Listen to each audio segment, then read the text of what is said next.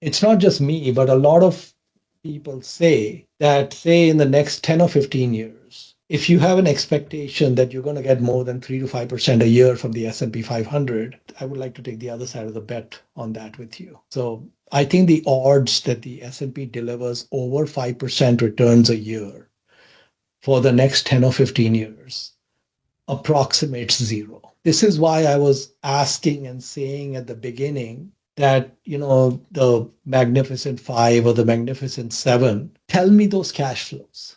Just run an exercise on your own. Look at the value of the businesses. If Nvidia is valued at 3 or 3.5 trillion, sorry, not billion, trillion, the cash flows need to be in the range of 2 or 3 or 400 billion in a relatively short period, because as I go further out in the years, then I have to discount it. Yep.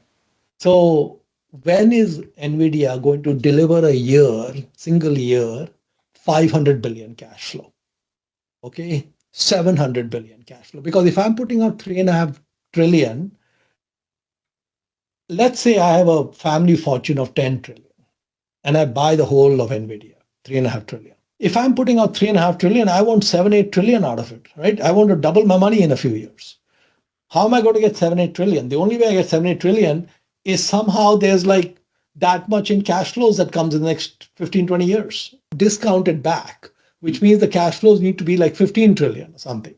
To get my 7 trillion, Yep. I need 15 trillion in cash flow. Show me how they're coming and which year, what cash flows are coming. And I just think that the math on that is hard. I mean, to me, it just goes into a too hard pile. So Warren Buffett increasing his cash position, he's publicly stated that he thinks that the corporate tax rates are at a record low rate right now. One of the reasons he's given for reducing the stakes is to basically realize the gain while tax rates are low. But I think he clearly understands that this 3 to 5% is not lost on him. Between us girls, it's not going to be 5%. It's going to be less than 3%.